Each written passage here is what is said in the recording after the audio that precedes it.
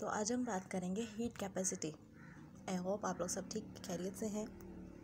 Page number 176 जो आपने पहले पढ़ा है उसे आप अच्छे से याद रखेंगे। अगर आपको नहीं पता है तो आप पहले लेक्चर लेंगे स्पेसिफिक हीट कैपेसिटी का। स्पेसिफिक यानी किसी एक चीज़ की बात हो रही है कि उसकी हीट कैपेसिटी क्या होगी। जैसे हम बात करते हैं किसी लोहे की, आयरन की, एल्युमिनियम की, अगर वाटर की, तो इन सब की स्पेसिफिक हीट कैपेसिटी क्या है, गोल्ड की।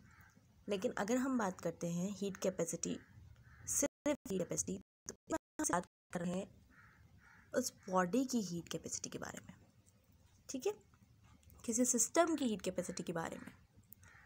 सही, heat capacity, how much heat a body can absorb. मैंने आपसे कहा हीट कैपेसिटी क्या है, the ability to absorb heat. Heat को एब्जॉर्ब करने की जो एबिलिटी हर बॉडी की डिफरेंट होती है। It depends on many factors. कौन कौन से फैक्टर्स हैं? मैंने आपसे कहा सबसे पहले कितना मैस है उस बॉडी का, ये सबसे बड़ा फैक्टर है, ठीक है। जैसे हम सिंपल सी बात करते हैं, एक मोटा बच्चा है और एक पतला बच्चा है, तो जो मोटू है उसे अगर रन करने के लिए कहा जाए तो माइट भी वो, या फिर एक्सरसाइज करने के लिए कहा जाए, माइट भी वो 1-2 सिटअप करके ही पसीना पसीने हो जाए।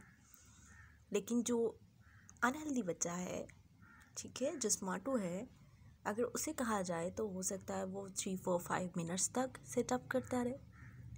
फाइन, मतलब क्या हुआ, मैस पे डिपेंड करती है हीट कैपेसिटी, ठीक है। कितना मैस है, कितना है मैसिव है, उतनी ही एबिलिटी होगी एब्जॉर्ब करने की हीट को सराउंडिंग्स में से, ठीक है। Heat capacity of a body is the quantity of thermal energy absorbed bye it. ये वो क्वांटिटी है बॉडी की जो टेम्परेचर को एब्जॉर्ब करती है by 1 kelvin. 1 kelvin increase in its temperature. 1 kelvin भी अगर इंक्रीज होता है टेम्परेचर में तो इसका मतलब हीट कैपेसिटी है, यानी बॉडी एब्जॉर्ब कर रही है thermal energy. Because 1 kelvin is the least temperature value measurement, ठीक है। Thus, if the temperature of a body increase through del T, change in temperature, del T क्या होता है, change in temperature, on adding change in heat, del Q। तो change in temperature कब आता है, या कह रहे हैं कि अगर आता है तो इसका मतलब है कि change in heat हुई है बॉडी के अंदर, then its heat capacity will be del Q by del T। तो हमारे पास टोटल इसके क्या होगी फिर, result ratio of change in heat to change in temperature, heat capacity हो गई, ठीक है। और चेंज इन हीट आपने अभी पढ़ा, स्पेसिफिक हीट कैपेसिटी में वो डिपेंड करती है मास पे, द मटेरियल एग्जिस्ट मटेरियल पे, कि वो मटेरियल कौन सा है, सी कैपेसिटी, ठीक है। और del T change in temperature, कितना चेंज आया उस चेंज हीट की वजह से, ठीक है। तो डेल टी तो कैंसिल हो जाएगा यहाँ पे, सिंपल सी बात है। तो रह क्या गया यहाँ पे, सिर्फ एम सी।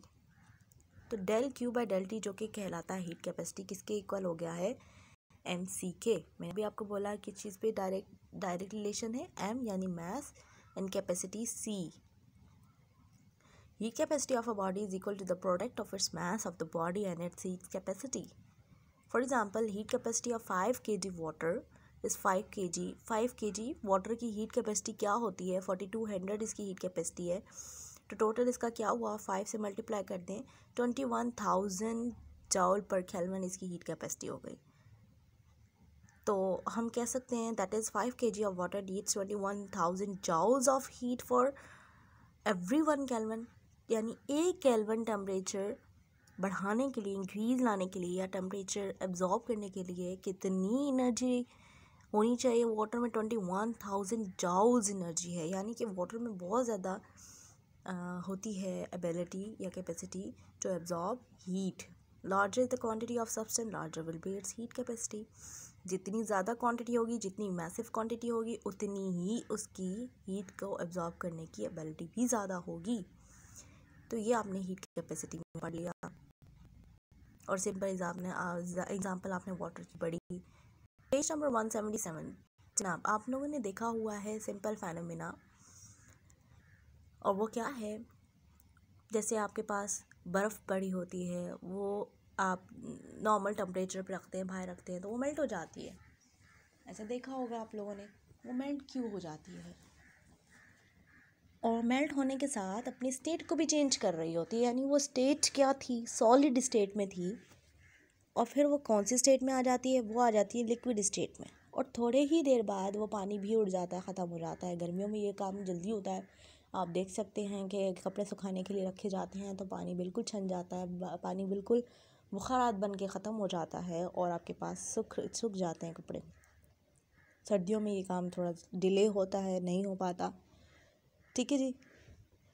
तो यहाँ पे पानी गैस भी बन जाता है। तो मतलब 3 स्टेट्स है ना, सही।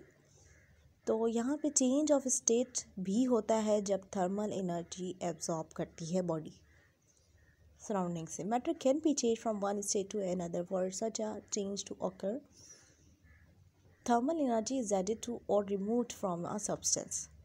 या तो थर्मल एनर्जी को ऐड कर दे सब्सटेंस में, तब इसकी स्टेट बदल जाती है, या फिर टेम्परेचर डाउन कर दें, या आप किसी भी पानी को पानी को आप क्यूब्स की फॉर्म में रख दें डीप फ्रीज़र में, आपको उसका टेम्परेचर डाउन करना है बेसिकली, ठीक है, सराउंडिंग से, तो वो अपनी फॉर्म को तब भी चेंज कर जाएगा। ठीक है। तो टेम्परेचर यानी कि थर्मल एनर्जी बॉडी की कम करने से या ज़्यादा करने से आपके पास स्टेट्स में चेंजेस आती है, सिंपल फॉर्म। तो अब बात करते हैं कब स्टेट में चेंज आती है।